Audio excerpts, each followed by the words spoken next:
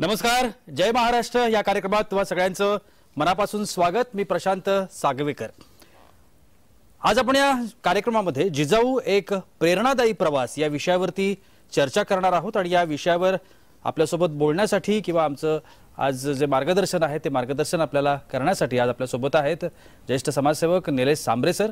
आपण सरांचं स्वागत करूया। सर नमस्कार। नमस्कार। कार्यक्रमात मनापासून स्वागत। कार्यक्रमाला सुरुवात करायची आहे, मात्र त्याआधी आपण सरांची थोडक्यात ओळख करून घेऊया। पालघर जिल्ह्यामध्ये विक्रमगड तालुक्यातील झडपोली गाव हे निलेश सांबरे यांची कर्मभूमी आहे। एका सर्वसामान्य शेतकरी कुटुंबामध्ये जन्म झालेले निलेश सांबरे यांनी समाजातल्या वंचित घटकांसाठी काहीतरी चांगलं कार्य करण्याच्या उद्देशातून प्रबळ इच्छाशक्तीतून आधी त्यांनी स्वतःला व्यवसायात सिद्ध केलं, स्वतःला सक्षम केलं आणि त्यानंतर 2008 साली जिजाऊ शैक्षणिक आणि सामाजिक संस्था महाराष्ट्र या संस्थेची त्यांनी स्थापना केली। समाजाची काही आपण देणं लागतो या भावनेतून निलेश सांबरेंनी आरोग्य, शिक्षण, खेळ, रोजगार अशा विविध क्षेत्रांमधल्या सोयी सुविधा, संधी तळागाळातल्या ग्रामीण नागरिकांसाठी स्वखर्चातून उभ्या केल्या। ही प्रेरणा, हे दातृत्व, हे कर्तृत्व, ही भूमिका, हे संस्कार आणि या सगळ्या पाठीमागची व्यक्ती म्हणून असलेली भावना जाणून घेण्याचा आज आपण प्रयत्न करणार आहोत। सगळ्यात पुन्हा एकदा सर मनापासून स्वागत। खरं तर सगळ्यात पहिल्यांदा तुमचं खूप खूप मनापासून अभिनंदन। समाजामध्ये खूप कमी व्यक्ती आज अशा आहेत की ज्यांना सामाजिक जाणीव आहे किंवा समाजाचं भान आहे। मी हा सगळा प्रवास आज या कार्यक्रमाच्या माध्यमातून उलगडण्याचा प्रयत्न करणार आहे, पण सुरुवात मला करायची आहे ती या संस्थेच्या नावापासून। जे नाव तुम्ही आज या संस्थेला दिलंय हे महाराष्ट्राला सुपरिचित असणारं नाव आणि या नावानंच एक इतिहास घडवला अशा पद्धतीचं हे नाव आहे। तुमची याच्या पाठीमागची भावना काय होती? हे नाव तुम्हाला या संस्थेसाठी घ्यावं ही प्रेरणा कुठून? लहानपणापासूनच राजे महासाहेब जिजाऊ छत्रपती शिवाजी महाराज यांच्याबद्दल आवड होती। आई वडिलांकडून शिकवणूक होती। माननीय खेडेकर साहेब, निर्मलकुमार देशमुख साहेब मराठा सेवा संघामार्फत त्यांच्यामार्फतही आणखीन जवळ गेलो, माहिती घेतली, अगदी सिंदखेड राजाला जाऊन आलो। महासाहेब जिजाऊने ज्यावेळेस 350-400 वर्षापूर्वी आपल्या राज्याची परिस्थिती, देशाची परिस्थिती भयानक होती, अशा वेळेस जिजाऊने शिवबाला तयार केला आणि शिवबांना लढायला लावलं। जे शिवबा आज देशामध्ये नव्हे तर जगामधले वंदनीय आहेत। मग व्यक्तिपुरती मर्यादित ठेवण्यापेक्षा जे राजमाता जिजाऊ आहेत त्यांच्या नावाने संस्थेचं काम सुरू केलं। खूप वेगवेगळ्या स्तरावरती तुम्ही काम करताय, पण आत्ता जर आपण लोकांना सांगायचं म्हटलं आपल्या प्रेक्षकांना, तर आत्ता जिजाऊ संस्था ही कुठल्या कुठल्या मुद्द्यांवरती काम करते? जिजाऊ संस्था ही गेल्या 15 वर्षापासून कोकणच्या पालघरपासून सिंधुदुर्गापर्यंत 5 जिल्ह्यामध्ये शिक्षण आणि आरोग्यावर काम करते। म्हणजे नुसतं बोलून नाही तर गेल्या 15 वर्षामध्ये 45 वाचनालय आहेत। पूर्ण सावंतवाडीपासून मोखाडा तलासरीपर्यंत प्रत्येक तालुक्यामध्ये, प्रत्येक जिल्ह्यामध्ये वाचनालय आहेत, अभ्यासिका आहेत। त्याचबरोबर महाराष्ट्रातील स्पर्धा परीक्षाचे विद्यार्थी, गरिबांची मुलं या आपल्या झडपोली येथील अकॅडमीमध्ये राहणे आणि क्लासेसची व्यवस्था आहे। आता नुकताच मागच्या महिन्यात ठाणे येथेही आपण 200 विद्यार्थ्यांची ठाणे शहरामध्ये राहण्याची आणि क्लासेसची व्यवस्था केलेली आहे। पहिली गोष्ट डॉक्टर बाबासाहेब आंबेडकरांनी सांगितलेलं आहे की शिक्षण हे वाघिणीचं दूध आहे आणि आज आपण पाहतोय कोकणची परिस्थिती शिक्षणामुळे काय आहे। त्यासाठी पहिल्यांदा आपली ड्युटी आहे की आपल्या कुटुंबातील मुलांना शिक्षण दिलं पाहिजे चांगलं। त्या दृष्टीने जिजाऊ काम करते। कोकणच्या 5 जिल्ह्यामध्ये प्रत्येक शाळेमध्ये वह्या वाटप करते, गेले 10 वर्ष झाले। कोकणच्या 5 जिल्ह्यामध्ये पोलीस अकॅडमी आहेत, 31 पोलीस अकॅडमी आहेत की ज्यामधनं विद्यार्थी पोलीस अकॅडमीसाठी सैन्यामध्ये तयार होतात। 30 आता या वर्षीपासून आपण गट क आणि ड च्या क्लासेसची व्यवस्था केलेली की जेणेकरून 10वी 12वी झालेले विद्यार्थी त्यांना सरकारी नोकऱ्या किंवा केंद्र सरकारच्या अनेक कंपन्या आहेत, ONGC, HPCL, BPCL, तिथे नोकऱ्या उपलब्ध करून दिल्या जातात। ITIची व्यवस्था केलेली आहे। महिलांसाठी आपण बघितलं तर शिवण क्लासची व्यवस्था केलेली, गावोगावी मेहंदी क्लासेसची व्यवस्था केलेली, जेवण बनवण्यापासून योगापर्यंत ठाणे शहरापासून विविध भागामध्ये क्लासेसची व्यवस्था केलेली। अगदी झोपडपट्ट्यांमध्ये ठाण्याच्या 10च्या 10 प्रभागामध्ये येऊरपासून तर कचऱ्याच्या ढिगापर्यंत शाळा सुरू केलेल्या आहेत। तिथे अभ्यासिका सुरू केल्या का गरिबांची मुलं शिकली पाहिजेत। आपण म्हणतोय गरीब आणि श्रीमंतीतला जर दर कमी करायचा असेल तर गरिबांच्या मुलांना चांगलं गुणवत्तेचं शिक्षण देऊन त्यांना उच्च दर्जाला नेले तरच गरिबी आणि श्रीमंतीमधील जो भेदभाव आहे तो कमी होईल। त्या दृष्टीने संस्था काम करते। त्याचबरोबर आरोग्याबाबत म्हणायचं गेलं तर पूर्ण ठाणे आणि पालघर जिल्ह्यात शहर आणि ग्रामीण दोन्ही भागामध्ये दर महिन्याला किमान 50 आरोग्य शिबिरं जिजाऊ संस्थेची चालतात. एकट्या ठाणे शहरामध्ये 15 आरोग्य शिबिरं दर महिन्याला होतात.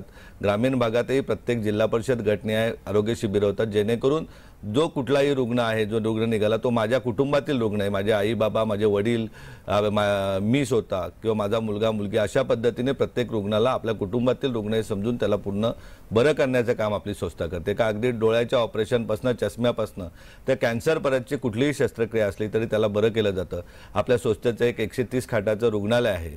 त्या रुग्णालयामध्ये दररोज किमान 25 शस्त्रक्रिया, डोळ्याच्या शस्त्रक्रिया होतात. 8 ते 10 ऑदर शस्त्रक्रिया होतात. ज्या शस्त्रक्रिया अनेक मुंबई किंवा इतर ठिकाणी होत नाही अशा शस्त्रक्रियाही आपल्याकडे होतात. का अगदी मागच्या 8 दिवसापूर्वी एका आमच्या भगिनीच्या, आदिवासी भगिनीच्या स्तनाची गाठ, 4 किलो वजनाची गाठ होती, त्याचीही शस्त्रक्रिया झाली. एक 56 वर्षाच्या काकू होत्या का ज्यांच्यामध्ये पोटामध्ये 6 किलो वजनाची गाठ होती. त्या सर्व हॉस्पिटल फिरून आपल्याकडे आल्या होत्या. त्यांचा हार्ट रेट फक्त 35% होता, तरीसुद्धा परमेश्वराच्या कृपेने, जनता जनार्दन त्यांची शस्त्रक्रिया यशस्वी झाली होती. त्याचबरोबर आपल्याच कॅम्पसमध्ये एक ब्लाइंड स्कूल आहे, तिथे अंध मुलांना शिकवलं जातं. इयत्ता 9वीपासून JEE नीटच्या क्लासेसची आपण व्यवस्था केलेली आहे. महिला सक्षमीकरणासाठी महिलांना गावोगावी ट्रेनिंग दिली जाते. शॅम्पू बनवणे, साबण बनवणे, अगरबत्ती बनवणे, ब्रॉन्झ बनवणे, अगदी परप्रांतीय बांधवाप्रमाणे त्यांना हातगाडी दिली जाते. पिठाच्या चक्क्या दिलेल्या आहेत. शिलाई मशीन हजारोच्या संख्येने दिलेल्या आहेत. आज आपण पाहतोय कोविडनंतर प्रचंड बेकारी वाढलेली आहे. अशा वेळेस दादाच्या बरोबर ताईंनी 2 पैसे कमावले पाहिजेत, त्यांना चांगले स्वातंत्र्याने मिळालं पाहिजे, त्या उद्देशाने संस्था काम करते. निदान कमीत कमी दरवर्षी 8वी ते 12वीच्या विद्यार्थ्यांचे ठाणे पालघर जिल्ह्यामध्ये 500 शाळांमध्ये करिअर गायडन्सचे कार्यक्रम आपले जिजाऊ करते. का विद्यार्थ्यांनी स्वप्न बघितली पाहिजेत, त्यांना पूर्ण करण्यासाठी जिजाऊ त्यांच्याबरोबर, त्यांच्या कुटुंबाबरोबर असेल, परंतु त्यांनी स्वप्न तर बघितली पाहिजेत कोकणच्या मुलांनी. अशा दृष्टीने जिजाऊ काम करते. तुम्ही आता शिक्षणाचा उल्लेख केला, बऱ्याच तुमच्या बोलण्यामध्ये तो शैक्षणिक उल्लेख आला. ज्या भागामध्ये तुम्ही आता काम करताय, झडपोलीसारखं हे गाव आहे विक्रमगडमधलं, आणि अतिशय दुर्गम अशा पद्धतीचं हे गाव आहे. ज्या वेळेला तुम्ही हे काम सगळं सुरू केलं, मुळात त्या ठिकाणी CBSE सारख्या एका बोर्डाची शाळा सुरू करावी आणि त्यातून विद्यार्थ्यांनी शिक्षण घ्यावं, या पाठीमागचा नेमका हेतू काय होता? स्पर्धा परीक्षा. आम्ही निर्मल कुमार देशमुख साहेब नावाचे IAS अधिकारी बघितले होते मराठा सेवा संघामार्फत. का एक IAS अधिकारी म्हणजे किती मोठी तापावर असते. आणि आपल्याला जर UPSCच्या एक्झामला जायचं आहे तर त्यासाठी MCRTची बुक असतात आणि ती बुक CBSE मध्ये आहेत. आणि मुलांनी, माणसांनी स्वप्नही मोठीच पाहिली पाहिजेत, हा माझा मुळात दृष्टिकोन आहे. आणि गरिबांच्या मुलांनाही जसं ठाण्याच्या सिंगानिया स्कूलला प्रवेश घेतला जातो, शिक्षण दिलं जातं, तर त्यापेक्षा चांगल्या क्वालिटीचं शिक्षण आपण ग्रामीण भागात दिलं पाहिजे, जेणेकरून शिक्षणाच्या नावाने जे आता आपले मंडळी, तरुण मंडळी, हे काम धंदा असो, नोकरी असो, शहराकडे जातो आणि आई वडील एकटे राहतात घरी. त्याला कुठेतरी आपण अंतर दिलं पाहिजे. आणि ग्रामीण भागामधला निसर्ग इतका चांगला आहे का आज आपण येऊन बघा, कधीतरी जिजाऊला भेट द्या. का ज्या जिजाऊच्या शाळेमध्ये अगदी भाजी विकणाऱ्या ताईची मुलगीही नोकरीला लागले, CBSE शिक्षण घेऊन पुढे नोकरीला लागलेले. वीट भट्टीवर काम करणाऱ्या दादाची ताईची मुलगी पण जॉबला लागलेली. अनेक आई वडील नसलेले मुली जॉबला लागलेत. CBSE मध्ये स्पर्धा परीक्षामध्ये म्हणजे स्वप्न, जर आपण हिमालय चढण्याचा तयारी दाखवली तर आपण सह्याद्री पार करू शकतो. स्पर्धा परीक्षांबद्दलच मला पुढचा प्रश्न. MPSC UPSC सारख्या अकॅडमीज पण तुम्ही त्या ठिकाणी उभ्या केल्यात. खरं तर एकूण आपण जर संख्या बघितली महाराष्ट्रातून MPSC UPSC सारख्या स्पर्धा परीक्षांमध्ये सहभागी होणाऱ्या विद्यार्थ्यांची, तर इतर राज्यांच्या तुलनेमध्ये तो फरक आपल्याला दिसतो. महाराष्ट्रातनं मुलं जात नाहीत किंवा स्पर्धा परीक्षांना बसत नाहीत, प्रमाण कमी आहे एकूण संख्या जर आपण बघितली तर त्याच्या पाठीमागची काय भूमिका? इच्छाशक्तीच नाही. कोणी रस्त्यात न दाखवल्यामुळे काय. मी सांगतोय ना का मला जर उद्या शिक्षण घेत असताना आम्हाला D.Ed झालेला शिक्षक, पोलीस किंवा नर्स याच्या पलीकडे आम्हाला माहिती नव्हतं, झालं तर क्लर्क कोणी अनुकंपावर लागला तर. आता आपण मुलांना स्वप्न दाखवते का तुम्हाला IAS व्हायचंय. आपल्याला असं नाही सांगायचं का आम्हाला गावागावात भांडणे लावणारे पुढारी नाही तयार करायचे. आम्हाला गावच्या ग्रामसेवकापासून तर पंतप्रधान कार्यालय चालवणारे अधिकारी या मातीतून गेले पाहिजेत. जेव्हा प्रशासनामध्ये ताकद आहे ना, आज आपण पाहतोय बिहारचं उदाहरण घ्यायचं झालं तर पुण्याला एक लोड गाडी लावणारा आपला परप्रांतीय बांधव, पण त्याचं स्वप्न काय सर, मी इथे केळी विकेन पण माझा पोऱ्याला ऑफिसरच करेन. आज उत्तर प्रदेशचा रिझल्ट सगळ्यात पहिला येतो. त्याला कारणीभूत तिथली व्यवस्था आहे. त्यांच्या मुलांवर त्यांनी बिंबवलेलं आहे का आम्ही मेहनत करतोय परंतु तुम्हाला अधिकारीच व्हायचंय. आज UPSCचा रिझल्ट बघा, 1 नंबर UP असतो, 2 नंबर बिहार असतो. महाराष्ट्र कुठल्या लेवलला आहे? आपल्याकडे गांभीर्यच नाही. MPSC बाबत बघतोय आपण 4-4, 8-8 दिवस विद्यार्थी उपोषणाला बसतात, आंदोलने करतात, परंतु शिक्षणाबाबत आपल्याकडे महत्त्व नाही किंवा आस्था नाही आहे आपल्याला.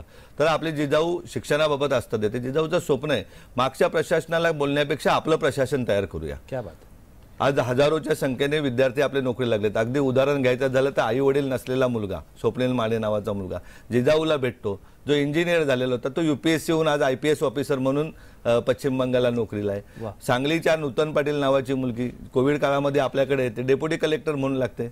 परवाच रिझल्ट लागलेल्या MPSCच्या रिझल्टमध्ये 9 विद्यार्थी आपले इंटरव्ह्यू दिलेले, त्यामध्ये नवनाथ लाड हा बीडचा मुलगा, एक ऊस मजुराचा मुलगा, ते डेप्युटी कलेक्टर झाले. ते आपल्या ग्रामीण भागातले 3 विद्यार्थी आज MPSCचा इंटरव्ह्यू दिलेले, का जे आदिवासी विद्यार्थी आहेत. एक दिवा म्हणून विद्यार्थी, एक कल्पेश भावर म्हणून, एक ललित मवळे म्हणून, त्यांचे वडीलही नाही आहेत. हे 3 विद्यार्थी झालेले. जेव्हा प्रशासनामध्ये आपली लोक येतील त्यावेळेस ते जिजाऊच्या माध्यमातून आल्यानंतर गरिबांची, गोरगरिबांची सेवा करतील. आलेला निधी व्यवस्थित समाजापर्यंत पोहोचवला जाईल. आज आपण दुर्भाग्य बघतोय. मी जिल्हा परिषदेवर असताना बघितलं की एकट्या पालघर जिल्हा परिषदेचा 4 वर्षातला 204 कोटी निधी हा अखर्चित म्हणून परत गेला. आणि त्याबाबत मुका आणि आणला जिल्हा कोण जाब विचारू शकत नाही. तर ज्या वेळेस प्रशासनामध्ये आपले लोक राहतील तर त्यावेळेस आरोग्याचा प्रश्न राहू दे, शिक्षकाचा प्रश्न राहू दे, ग्रामपंचायतला आलेला निधी राहू दे, पंचायत समितीला आलेला निधी हा व्यवस्थित समाजापर्यंत पोहोचवला जाईल. मला थोडासा वेगळा प्रश्न आता तुमच्या या मुद्द्यावरती जो सुचला पटकन, की तुम्ही हे सगळं करताय, पण हे करत असताना तुम्ही कितीही सोयी सुविधा जरी उभ्या केल्या तरी समोरून मिळणारा प्रतिसाद हा खूप महत्त्वाचा असतो. तुम्ही जेव्हा लोकांपर्यंत जाता या सोयी सुविधा घेऊन, शैक्षणिक पर्टिक्युलरली, कारण ती जनजागृती खूप महत्त्वाची आहे, तर ती कशी करता, किंवा त्याला लोकांचा असलेला जो प्रतिसाद आहे, पालकांचा असलेला प्रतिसाद आहे, कारण या ग्रामीण भागामध्ये राहणारा पालक वर्ग हा मुळात स्वतः अशिक्षित आहे, गरीब आहे, तर त्यांची जी मानसिकता आहे ती बदलण्यासाठी काही वेगळं करावं लागलं का? अगदी निस्वार्थपणे काम केलं, निस्वार्थपणे जर ठरवलं तर त्या गोष्टी सक्सेस होतात. आज त्या धडपोलीच्याच आपल्या शाळेमध्ये माझी मुलगी शिकली, माझ्या बहिणीची 2 पोरं शिकली. ज्यावेळेस आमची घरची पोरं शिकल्यानंतर गोरगरीब किंवा कार्यकर्त्यांची मुलंही तिथे शिकतातच ना. नक्की. अगदी आई वडील नसलेली मुलंही आपल्या शाळेमध्ये आहेत, तीही चांगल्या प्रकारे शिक्षण घेतात. वडील नसलेले 70% मुलं मुली आहेत. आज सांगायला गेलं तर झडपोलीच्या CBSE स्कूलला इयत्ता 9वी पासून JEE NEET सुरू केल्यानंतर का गरिबांची मुलं डॉक्टर झाले पाहिजेत, IITलाही झाले पाहिजेत. अगदी बारामतीतल्या मुली आपल्याकडे आहेत, सिंधुदुर्गातल्या मुली आपल्याकडे, रायगड, रत्नागिरी, चंद्रपूर, नागपूरची पोरंही आपल्याकडे स्पर्धा परीक्षेसाठी आहेत. अशी कुठली गोष्ट नाही. विद्यार्थी जसं जर आपला हेतू प्रामाणिक राहिला तर विद्यार्थ्यांची संख्या, असा महाराष्ट्रातला कुठला जिल्हा नाही की जिथली मुलं आपल्याकडे नाही आहेत. परभणीचे मुख्यमंत्री महोदय साताऱ्याची मुलं आपल्याकडे आहेत. वा, नक्की. सर, आणखीन एक महत्त्वाची गोष्ट म्हणजे रुग्णसेवा. खरं तर ग्रामीण भागामध्ये ज्या आत्ता आरोग्याच्या सोयीसुविधा उपलब्ध आहेत त्याचं जे प्रमाण आहे ते खूप अत्यल्प आहे. अनेकदा अनेक मोठ्या डिसीजसाठी, मोठ्या गोष्टींसाठी शहरांकडे शेवटी धाव घेण्याची वेळ येते. डॉक्टरच स्वतः सांगतात की तुम्ही यांना मोठ्या शहरांकडे घेऊन जा. मग अशा वेळेला ग्रामीण भागामध्ये ज्या सुविधा तुम्ही आता उपलब्ध करताय, बरं त्या मोफत आहेत परत, त्याच्यामुळे त्या संदर्भात त्याच्या पाठीमागची जी भूमिका आहे ती काय? अगदी लहानपणी मी 11वीला असताना बघितलं, वावर आणि कांड झालं होतं 90-91ला. तेव्हापासून मनाशी ठरवलं होतं की ज्या कोकणमध्ये माझा जन्म झालेला आहे आणि तिथे असे जर शेकडोनी बालकं जर कुपोषणाने मरत असतील तर ज्या दिवशी आपली परिस्थिती व्यवस्थित होईल त्या दिवशी आपण आरोग्याबाबत काम केलं पाहिजे. आज आपल्या 15 रुग्णवाहिका आहेत का त्या रुग्णांना आणलं जाते आणि बरं केलं जाते. गावोगावी आपल्या मेडिकल कॅम्प होऊन तिथनं रुग्णांना आणलं जातं. आपल्या रुग्णालयामध्ये बघायला गेलं झडपोलीच्या तर अगदी लीलावतीला ज्या फॅसिलिटीज आहेत त्या आपल्याकडे फॅसिलिटी. मी सांगितलं ना की मुंबईच्या वरनं रुग्ण पाठवल्यानंतर रिटर्न येऊन आपल्याकडे बरं होतं.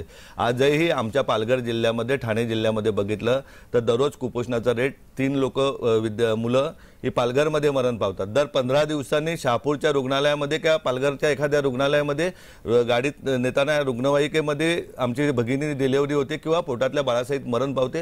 हे वास्तव चित्र आहे. हे चित्र सरकार बदलेल तेव्हा बदलेल. आपली ड्युटी, या देशाचा नागरिक मी आहे, का माझी ड्युटी आहे का माझ्या बहिणींना वाचवलं पाहिजे. त्या दृष्टीने आपण सिझरची व्यवस्थाही केलेली आहे. अगदी छोट्या शस्त्रक्रियेपासून कॅन्सरपर्यंतच्या, डायलिसिसपासून दररोज होणाऱ्या शस्त्रक्रिया या माझ्या कुटुंबातील, कोकण मी मानतोय का हे माझं कुटुंब आहे. हे 5 जिल्हे आहेत, ते माझं कुटुंब आहे आणि कुटुंबातील लोकांसाठी सेवा केली पाहिजे. जसं आपण आपल्या आईवडिलांची सेवा करतो, आपल्या बहिणींची करतो, मुलाची पत्नीची करतो, त्याप्रमाणे या कुटुंबातील सर्व मंडळीची सेवा केली पाहिजे. त्या दृष्टीने जिजाऊ काम करते, मी काम करतोय आणि ती निस्वार्थपणे पाहिजे. खूप महत्त्वाचा मुद्दा आहे हा, की निस्वार्थपणे पाहिजे. कुठलीही सेवा बजावत असताना त्याच्या पाठीमागची भूमिका जी आहे ती खूप महत्त्वाची असते. निलेश सांबरे सरांबरोबर गप्पा मारताना आपल्याला या गोष्टी खूप प्रामुख्यानं आणि प्राधान्यानं जाणवत आहेत.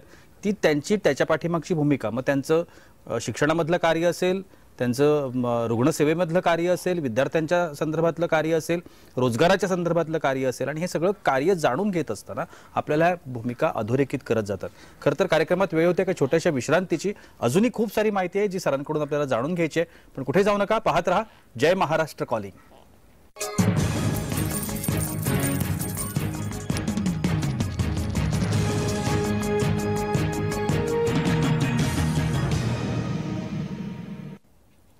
विश्रांतीनंतर जय महाराष्ट्र कॉलिंग या कार्यक्रमात तुम्हा सगळ्यांचं पुन्हा एकदा मनापासून स्वागत. ज्येष्ठ समाजसेवक निलेश सांबरे सर आपल्या सोबत आहेत आणि आपण त्यांच्या सामाजिक कार्याचा एक गोषवारा घेण्याचा प्रयत्न करतोय. सर, आणखीन एक महत्त्वाची गोष्ट मला आता जी आठवली ती म्हणजे तुमची एक कॉन्सेप्ट होती कचऱ्यावरची शाळा. आता ज्या वेळेला अशा गोष्टी किंवा एक वेगळी थीम घेऊन किंवा एक वेगळा विचार घेऊन आपण जेव्हा समाजामध्ये जातो त्यावेळेला मुळात त्या गोष्टी आपल्याला कुठेतरी बोचत असतात म्हणा, किंवा आपल्या कुठेतरी ते बॅक ऑफ माइंडमध्ये असतं की आपल्याला यावरती काम करायचंय. कचऱ्यावरची शाळा ही संकल्पना मनात आली कशी? अगदी ग्रामीण भागात काम करत असताना सहज एक जाता जाता मुलुंड चेक नाक्यावरती तो कचऱ्याचा ढीग नेहमीच दिसत असायचा. टोल नाका मुंबईत येत असताना त्यावेळेस कधीतरी वाटलं का या ढिगावर जाऊन राहिलं पाहिजे, इथे माणसं राहतात काय. एक दिवशी मी आणि केदार चव्हाण आम्ही गेलो तिथे बघायला. तिथे बघितल्यानंतर त्या मुलांची परिस्थिती बघितली. ती मुलं लहान लहान मुलं अगदी 10-10, 12-12 वर्षाची मुलं त्या कचऱ्यामध्ये वस्तू शोधण्याच्या मागे असायचे. कचरा म्हणजे काय काय मिळतं. तर त्यावेळेस आम्ही ठरवलं का इथे आपण या मुलांना शिक्षण दिलं पाहिजे. आणि शिक्षण देताना अगोदरची परिस्थिती अशी होती की तिथले लोक त्रास द्यायचे, दारू पिऊन येऊन शिक्षकांना वगैरे त्रास द्यायचे. परंतु कालांतराने त्यांना कळलं काय मुलंही शिकली पाहिजेत आणि त्याच्यातनं एवढा चांगला रिझल्ट आला का आज 5वीपासनं 12वीपर्यंतच्या विद्यार्थ्यांना तिथे शिक्षण दिले जाते. क्लासेसची व्यवस्था केली जाते. अगदी त्यातील 3 विद्यार्थिनी म्हणजे एक विद्यार्थी आणि 2 विद्यार्थिनी हॉटेल मॅनेजमेंटच्या क्लासेसला पाठवली. त्यातली तर एक मुलगी आई वडील नसलेली मुलगी होती. तिन्ही मुलं व्यवस्थित शिक्षण घेऊन आज एक ती मुलगी आहे ती रत्नागिरीच्या एका 5 स्टार हॉटेलमध्ये नोकरीला लागली. ती दुसरी 2 बहीण भाऊ होते ते पण नोकरीला लागले. आणि गरिबांनाही शिक्षणाचा अधिकार आहे. ज्याप्रमाणे ग्रामीण भागात शिक्षणाच्या समस्या आहेत त्याप्रमाणे शहरातही आहेत. आणि इथल्या विद्यार्थ्यांनाही शिक्षणाचा हक्क आहे. आपण सांगतोय का लहान मुलांनी काम करू नये, परंतु इथे मुलं तर ते दिवसरात्र काम करते. आई वडील व्यसनाधीनता झाले होते. त्या आई वडिलांना व्यवस्थित समजवलं, ज्यांना वडील नव्हते त्यांना समजवलं का बाबा तुमच्याबरोबर आज कुटुंबाप्रमाणे जिजाऊ आहे. आणि खूप वेगळा आनंद आहे कचऱ्यावरच्या शाळेमध्ये. सगळेच कार्यक्रम आम्ही तिथे करतोय. बड्डे तिथे करतोय आम्ही, 15 ऑगस्ट करतोय, 26 जानेवारी करतोय. आणि मुलांमध्ये अगदी गडकरीसारख्या नाट्यमंदिरामध्ये त्यांना कार्यक्रमालाही आम्ही जागा देतोय का त्यांना त्यांच्या प्रेरणाला ताकद देतो तिथे. नक्की. सर, आणखीन एक महत्त्वाची गोष्ट असते की आपण हे जेव्हा सगळं काम करत असतो लोकांना दिसताना ते खूप काम मोठं दिसतं. अडचणी आपल्याला माहिती असतात, समस्या आपल्याला माहिती असतात, कारण त्याच्यावरचे मार्ग शेवटी आपल्यालाच शोधायचे असतात. ज्या वेळेला तुमच्यासमोर अडचणी येतात, तुमच्यासमोर समस्या येतात, तेव्हा तुम्ही काय करता? आपल्याकडे अंध आणि मतिमंद शाळा आहे. त्या शाळेमध्ये जायचं आणि घरी आई वडिलांसमोर वेळ घालवायचा, त्या मुलांसमोर वेळ घालवायचा, हॉस्पिटलला वेळ घालवायचा. अचानक कितीही मोठी अडचण आली तरी ती अडचण 100% दूर होते. नक्की. आणि आपली स्वप्न मोठी आहेत तर अडचणी येणारच आहेत ना. आपल्याला गरिबांच्या मुलांना एका व्यवस्थेविरुद्ध आपण लढतोय का गरिबांच्या मुलांना शिक्षण द्यायचे, त्यांना अधिकारी बनवण्याचे स्वप्न बघतोय आणि त्यासाठी प्रत्यक्षात कृती करतोय. तर त्यावेळी अडचणी या येणारच आहेत. कारण गरिबांना गरीब ठेवण्यासाठी एक मोठा वर्ग आपल्या देशामध्ये का त्यांना ते गरीबच राहिले पाहिजेत, ते गरजवंतच राहिले पाहिजेत. त्याच्यामुळे विरोध हा होत राहणार चांगल्या गोष्टीला. परंतु आपला उद्देश साफ आहे. छत्रपती शिवाजी महाराजांनी जसे किल्ले बांधले तसे आपल्याला कोकणभर 50 CBSE स्कूल करायचे आहेत. आता 8 झाल्या.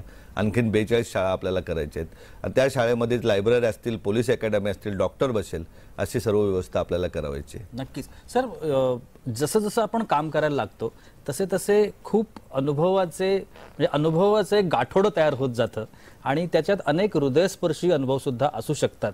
तर आपल्या आयुष्यामध्ये हे काम करत असताना असे खूप अनुभव आले असतील, त्यातला एखादा तुम्ही जर आम्हाला सांगितलं तर ऐकायला आवडेल. आई वडील नसलेले स्वप्नील माने जेव्हा UPSC होता त्यांनी मला शब्द देऊन गेले होते जानेवारी महिन्यात, आप्पा याच्यापुढे मी रिझल्ट काढूनच तुम्हाला भेटायला येईल. आणि रिझल्ट काढल्यानंतर ते भेटायला येतात. हा सगळ्यात मोठा आनंद आहे. ज्या मुलीच्या पोटामध्ये 2.5 महिन्याचं बाळ असताना पती जातात, ते लोकांचे भांडी घासत असते आणि भांडी घासता घासता जिजाऊच्या लक्षात येते का पोलीस अकॅडमीमध्ये तिला मुंबई महापालिकेमध्ये जिजाऊ मार्फत नोकरी दिलेली आनंदाची गोष्ट आहे. कचऱ्यावरच्या ढिगावरची जिला आई वडील नसलेली मुलगी जेव्हा हॉटेल मॅनेजमेंट करून तिला एका 5 स्टार हॉटेलमध्ये नोकरी होते, असे अनेक आनंदाचे प्रकार आहेत. नक्की प्रसंग आहेत. थोडंसं मला तुमच्याविषयी स्वतःविषयी जाणून घ्यायचं आहे, कारण मी जसं तुमची ओळख करून देताना म्हटलं की तुम्ही एका सर्वसामान्य शेतकरी कुटुंबात जन्मलेले आहात. तिथून स्वतःचा प्रवास पहिलं स्वतःला सिद्ध करणं, पहिल्यांदा स्वतः यशस्वी होणं आणि त्यानंतर मग समाजातल्या या घटकांसाठी उभं राहणं, हा वाटतो तेवढा सरळ आणि साधा प्रवास नाही. तर त्याची प्रेरणा किंवा ते कसं सुचलं किंवा त्याची बीजं कुठे होती? आई वडिलांनी लहानपणापासूनच मेहनत करायला शिकवली आहे. मेहनती काम केलंच पाहिजे. आमच्या घरामध्ये कुठलीही व्यक्ती आजही सकाळी 5-6 वाजता उठल्यापासून 10 वाजेपर्यंत काम करते. अगदी आई वडीलही काम करतात. वडीलही संपूर्ण हॉस्पिटल शाळा सांभाळत असतात, शेती करत असतात. आई शेती करते आजही. फुकट कुठलंही खायचं नाही. आणि आपल्याकडे अतिरिक्त आलेले एकटा निलेश सांबरे 100 वेळेचं जेवण एकटा जेवू शकत नाही. त्यांनी एक वेळेचं जेवण उरल्यानंतर 99 वेळेचं जेवण आहे ते समाजातील ज्यांना गरज आहे त्या गरीब लोकांना दिलं पाहिजे. ही शिकवणूक आईची होती. मेहनत ही रोजची केली पाहिजे. प्रसंग तर येत असतात आणि आपल्याकडे आपल्या महाराष्ट्राचा इतिहास आहे का सोकियांकडून जास्त त्रास येतो. तो जे आपल्यातले असतात, आपले मित्रमंडळी असतात, ज्यांना आपण मदत केलेली असते त्यांच्याकडून त्रास असतात. परंतु आपण त्या त्रासाकडे लक्ष न देता आपल्या स्वप्नांकडे लक्ष दिलं पाहिजे का आपल्याला काय करायचंय. मी एकटा मोठा होऊन ना देश पुढे नाही जाणार. आपल्याला सर्वसामान्य प्रत्येक माणूस मोठा केला पाहिजे. आपल्या जिजाऊचं स्वप्न आहे का प्रत्येक कुटुंब कोकणातील नाही जास्त पण एक 25-50 हजार रुपये तरी महिन्याला कमावलं पाहिजेत. कुठल्याही आमच्या बांधवांनी जमीन विकता कामा नये, एक गुंठाही विकता कामा नये. आम्ही भिवंडीत फिरत असताना बोलत असतो की एक गुंठा पण 1 स्क्वेअर फूटही विकता कामा नये का कुठल्याही मोठ्या माणसाने आमच्या लहान माणसाला दाबू नये. त्या दृष्टीने आपल्याला शिक्षण गरजेचं आहे. आपण एकत्रित झालो पाहिजे. आज प्रकल्प येतात, आपण पाहतोय आमच्याकडे अनेक प्रकल्प कोकणामध्ये येतात. म्हणजे अगदी पालघरपासून बघितलं फक्त अधिकारी लोक अगोदरच जमिनी घेऊन ठेवतात प्रकल्पामध्ये आणि त्या प्रकल्पातून आलेला जो मलिदा असतो ते अधिकारी लोक खात असतात. अशा वेळेस आम्हाला सर्वसाधारण लोकांना एकत्र करायचं आहे. प्रकल्प चांगला असला तर उद्योग, एखादी MIDC आली तर उद्योगधंदा करणारी लोक आपल्याला आपली घडवायची. जमीन विकणारे नको किंवा त्याच्यावर मटेरियल सप्लाय करणारे नको, तर उद्योगधंदा उभारणारे पाहिजेत. आमच्याकडे अनेक समस्या आहेत. आज पालघर जिल्ह्याचं म्हणायचं गेलं तर बडोदा एक्सप्रेसवे, बुलेट ट्रेन, देहेरजा प्रकल्प किंवा 40-40, 50-50 वर्षापूर्वी जी झालेली धरणं आहेत, सूर्या धरण, धामणी धरण, तिथले शेतकऱ्यांचे प्रश्न अद्याप सुटलेले नाहीत. तर हे सगळे सुटण्यासाठी प्रशासनामध्ये आपल्याला आपली लोकं घालवायची आहेत. मुरबाड कल्याण रेल्वे, ती रेल्वे गेले 40 वर्ष आम्ही ऐकतो, परंतु आता सांगतोय जिजाऊ मार्फत एक असा अधिकारी घडू का तो रेल्वेच्या केंद्र सचिव असतील आणि ते नक्कीच रेल्वे देतील. मेट्रो वाड्यापर्यंत आली पाहिजे, शहापूरपर्यंत आली पाहिजे. या सगळ्या गोष्टी आणण्यासाठी प्रशासनामध्ये आपल्याला आपली मुलं घडवायची आहेत. न्यायव्यवस्थेमध्येही आपली मुलं जाण्यासाठी इयत्ता 9वी पासून आम्ही फाउंडेशन क्लासेस सुरू केलेले आहेत. स्पर्धा परीक्षाचे इयत्ता 9वी पासून फाउंडेशन क्लासेस सुरू केले. देशामध्ये UPSCच्या रिझल्टमध्ये येणाऱ्या पहिल्या 10 पैकी 5 विद्यार्थी हे जिजाऊचे असतील अशा प्रकारची तयारी सुरू आहे. सर, तुम्ही हे जे सगळं बोलताय ना, ही नुसती समाजसेवा नाहीये, हे सामाजिक परिवर्तन आहे. आणि हे सामाजिक परिवर्तन समाजानं स्वीकारण्याची खूप अत्यंत गरज आहे. विक्रमगड, झडपोली किंवा पालघर हा जो सगळा भाग, ज्या भागामध्ये हे कार्य तुम्ही सातत्यानं करताय, त्या भागाचं परिवर्तन करणारं ह्या गोष्टी आहेत आणि कदाचित ते झालं पण असेल आत्तापर्यंत. तर नेमकं अजून समाजानं किंवा समाजाचं पार्टिसिपेशन जे आहे, आपण जे म्हणतो की नुसतं तुम्ही एकट्याने धावून, तुम्हीच म्हटलं मागाशी की एकट्याने धावून होणार नाही, सगळे आले पाहिजेत. समाजानं काय करावं किंवा समाजाचा प्रतिसाद कसा असायला हवा आणि त्या दृष्टिकोनातून तुमची काय भूमिका आहे? चांगल्या कामामध्ये खूप ताकद आहे. आता मी एक भिवंडीमध्ये कार्यक्रम घेतला, काल पालघरमध्ये घेतला. लाखो लोक समाजाचे आपल्यावर प्रेम करायला लागलेले आहेत. त्यामुळे समाज हा एकत्र होतोय. आणि माझी सर्वांना विनंती असते का समाजाला कोणी फसवू नये. मग तो राजकारणी राहू दे किंवा प्रशासनातील अधिकारी राहू दे. एक तुम्हाला सरकार पगार देतो, डॉक्टर घटनेमध्ये तुम्हाला दिलेली पदं आहेत ही लोकांची सेवा करण्यासाठी. मग ते आरोग्य क्षेत्रातील काही डॉक्टर राहू दे, शिक्षण क्षेत्रातील काही शिक्षण महर्षी राहू दे, राजकारणातील आमचे नेते मंडळी राहू दे किंवा प्रशासनातील अधिकारी राहू दे. यांनी समाजाच्या लूट आता थांबवली पाहिजे. देशाला स्वातंत्र्य मिळून 76 वर्ष झालेत. आपल्या कोकणला, महाराष्ट्राला, देशाला स्वातंत्र्य मिळवण्यासाठी यांनी कुठेतरी आता थांबलं पाहिजे आणि निस्वार्थपणे काम केलं पाहिजे, सेवा केली पाहिजे. एवढीच अपेक्षा आहे सर्वांकडनं. क्या बात आहे. खरं तर निलेश सरांचं हे जे सगळं काम आहे, मी जसं आत्ता म्हटलं की सामाजिक परिवर्तन करणारं हे काम आहे आणि हे काम सातत्यानं चालू आहे. आणि ह्याच्यातल्या अनेक गोष्टी, मला वाटतं सगळंच काम हे मोफत आहे समाजासाठी. सर, तुम्हाला हे काम करण्याची प्रेरणा अशाच पद्धतीने मिळत राहो आणि सातत्यानं तुमच्याकडून हे काम अजून महाराष्ट्रापर्यंत पोहोचो, हीच आपण या कार्यक्रमाच्या निमित्तानं प्रार्थना करूया. तुम्ही आलात, वेळ दिलात, त्यासाठी तुमचे अगदी मनापासून. नक्की सर, 100%. आणि याबरोबरच वेळ होते इथे थांबण्याची. कुठे जाऊ नका, पाहत रहा जय महाराष्ट्र.